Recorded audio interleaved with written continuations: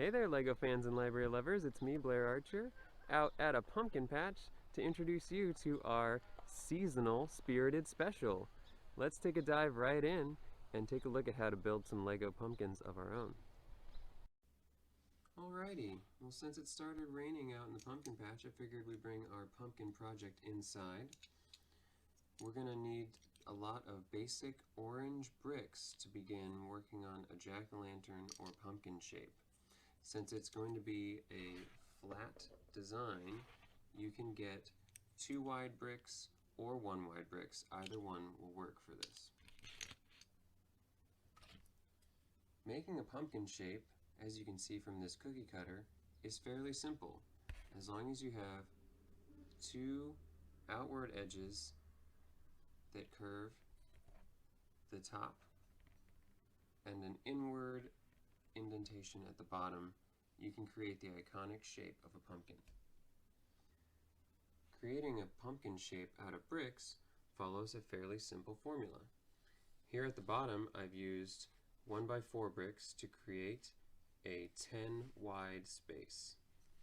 From there, stepping out by 2 by 2 by 1, and then going vertically 4 bricks, and then going the opposite direction, going in by 1 again, in by 2, in by 2 again, and then something at the top that's long enough to link your 2 sides together will give you that nice curved shape for the outside edge. Even though it's going to have a bit of a pixelated design, you can see that it comes across as a pumpkin no problem once it's all assembled. While you can build most of the design out of these basic bricks, it is important to try and find a couple of bricks or plates that are wide enough to bridge the gaps between one side and the other, especially once you start doing some interior work. Creating the jack-o'-lantern shapes as if it's a pumpkin that's been carved out is a matter of using the negative space, that is the empty space, inside the shape that we created.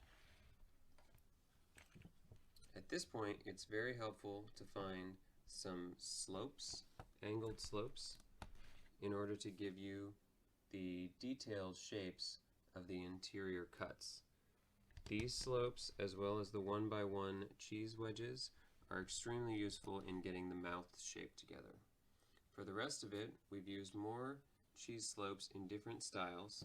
Here I've gone and done some upside down building by using a Technic half pin into the slope so that I could hang it upside down on the bottom of this brick. It's a quick way to change direction, especially since we don't have inverted versions of this slope piece. I've also used some 1x1 round plates to help with the teeth. So the first thing to do is to define where your eyes are going to be. So what I did is I used 3 1x4 plates there. So now you can see that if we add something that goes across here, we get the eye holes. Using a 2x6 plate, some more of these 2x4 bricks, and a variety of slopes, again using the inverted slope with the half pin inside here, I'm able to create a triangle shape by using 2 of them next to each other like that. You fit it into your negative space and attach. Now we have the basis for our nose. You can use just about any piece to finish off that gap, as long as it's wide enough to cover from one side to the other. A 2x6 should do it.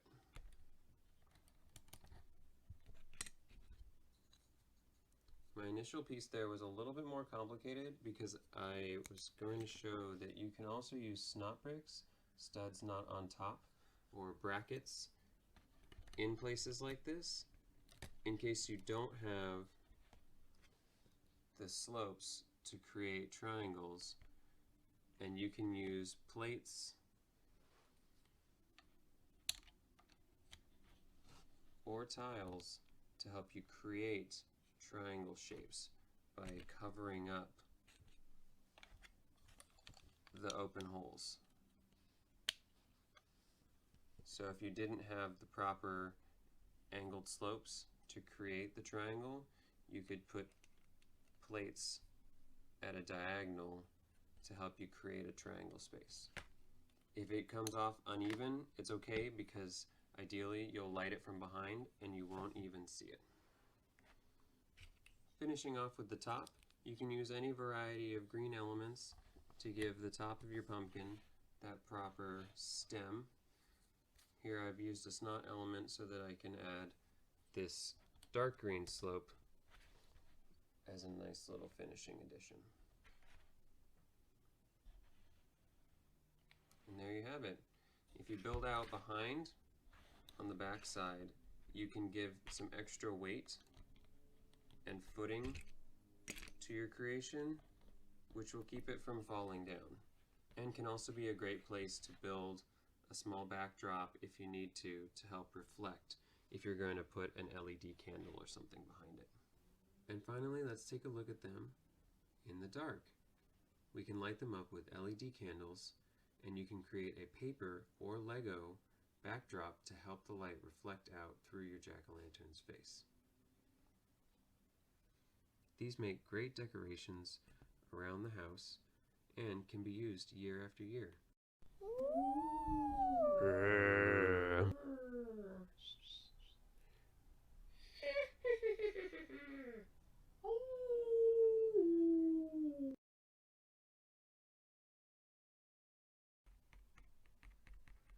So welcome on in to our spooky scene here. Let's take a look at creating our graveyard. First, I started by working on some gravestone designs. You can see here most of the ones I've picked have a 4-stud wide, 1-stud deep format, and I've used alternating selections of regular bricks and these grilled bricks, which have 2 different sides to them, to give a little bit of texture to the stones. And the more different pieces of slightly differing colors and textures that you can fit into the build, the more it's going to look aged. So instead of using another 1x4 here, I used a 1x3 and a 1x1 brick, so that as I built up the top, you get this nice little crack running through it. And then you can finish off the tops with some angled slopes. This one is a nice pointed piece that goes on the top there. But you can also use tiles, or you could have a pitched roof, or this one uses a bow piece. You could use 2 half bows as well to give it a nice curved top.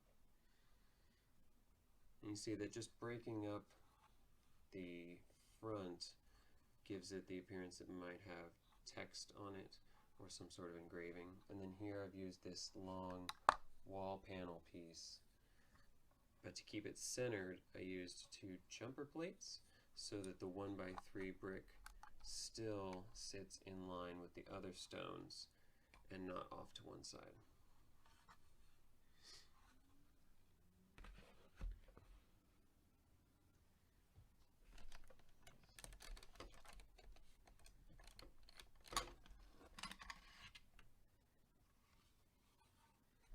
If we're looking to make fresh appearing graves, simply get out some brown plates.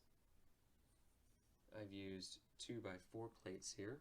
If you use 4 of them in this pattern, 1, 2, 3, and then a 4th one on top, it gives you the appearance of a mound of dirt, which is good for setting the scene. And here in this one is our most complicated. So in this setup, I've given the appearance that there is a different color of dirt beneath the ground. So what I did is start with a dark tan 16 by 16 plate and built up a layer of green bricks and plates around it so that this grave can appear to have been dug out or crawled out from. As the green drops down, it reveals the dark tan layer beneath. And then I had some extra dirt that had been pushed out or scooped out to the side here. As long as you make it 4 bricks wide, your characters will fit nicely down in there and be able to rise up.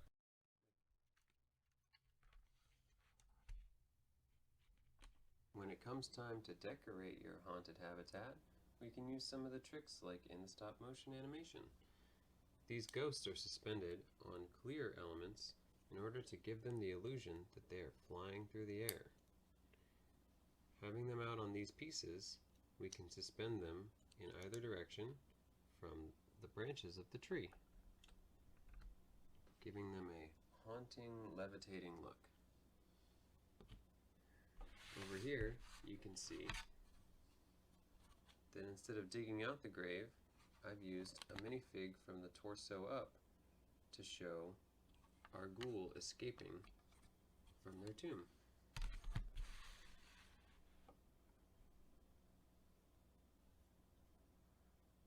Adding in an assortment of zombies and perhaps an alarmed groundskeeper can really liven up the place. Animals are a great addition too, like black cats in whatever flavor you choose. Owls.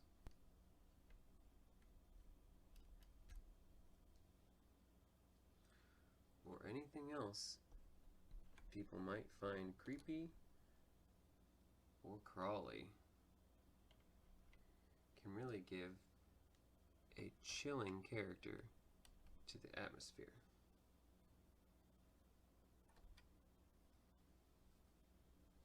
And witches can fly on their broomsticks the same way that we set up our ghosts.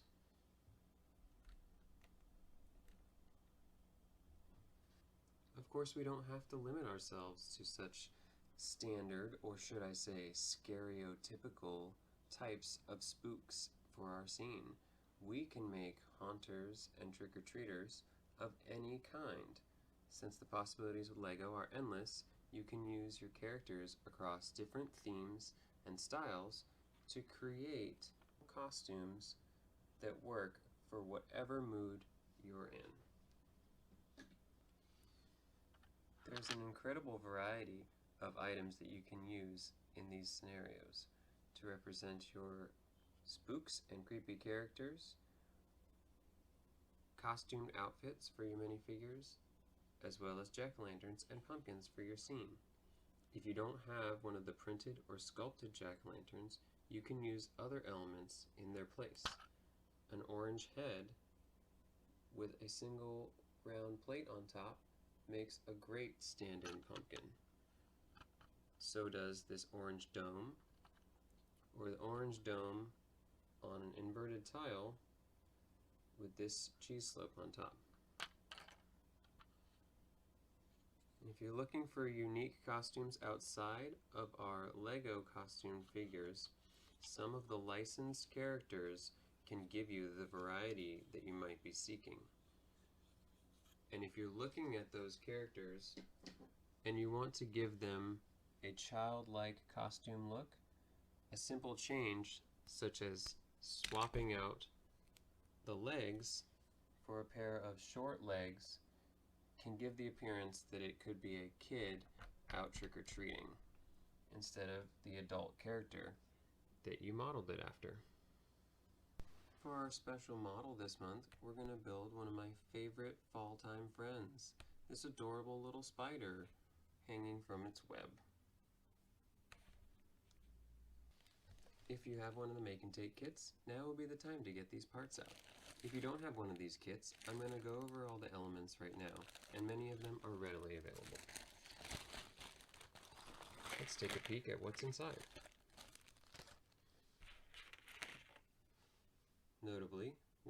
spiderweb piece. This awesome modified plate with bars on 8 sides, making a nice octagon for us to work with. We should have 8 of these bar holders with clip. It has a little hole in the end. 6 of these medium horns or barbs or claws. 2 of the small horns.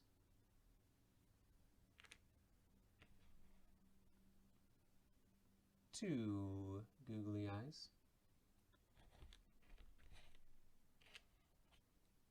1 of the bar holder with clip in white. And 1 bar with stopper in white. The first thing to do is to assemble our legs.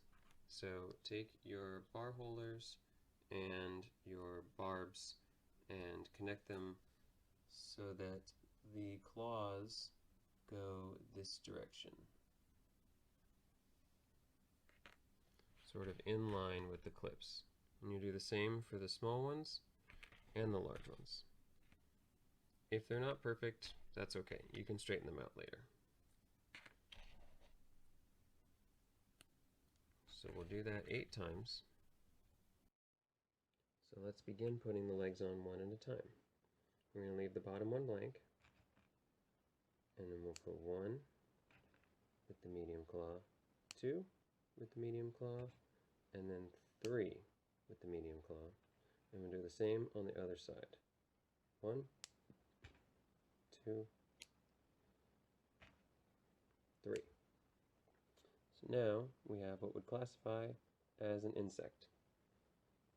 In order to make it our arachnid, we're going to take the small legs and squeeze them in just behind the medium legs at the top here. It's a tight fit, but if they're at an angle, you can get both to sit in the same spot. So they'll sit like this. Now that we've got that, we're going to take our eyeballs and stick them on the top 2 studs there in the middle.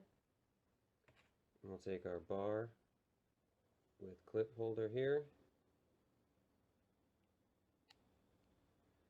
and attach it to the web.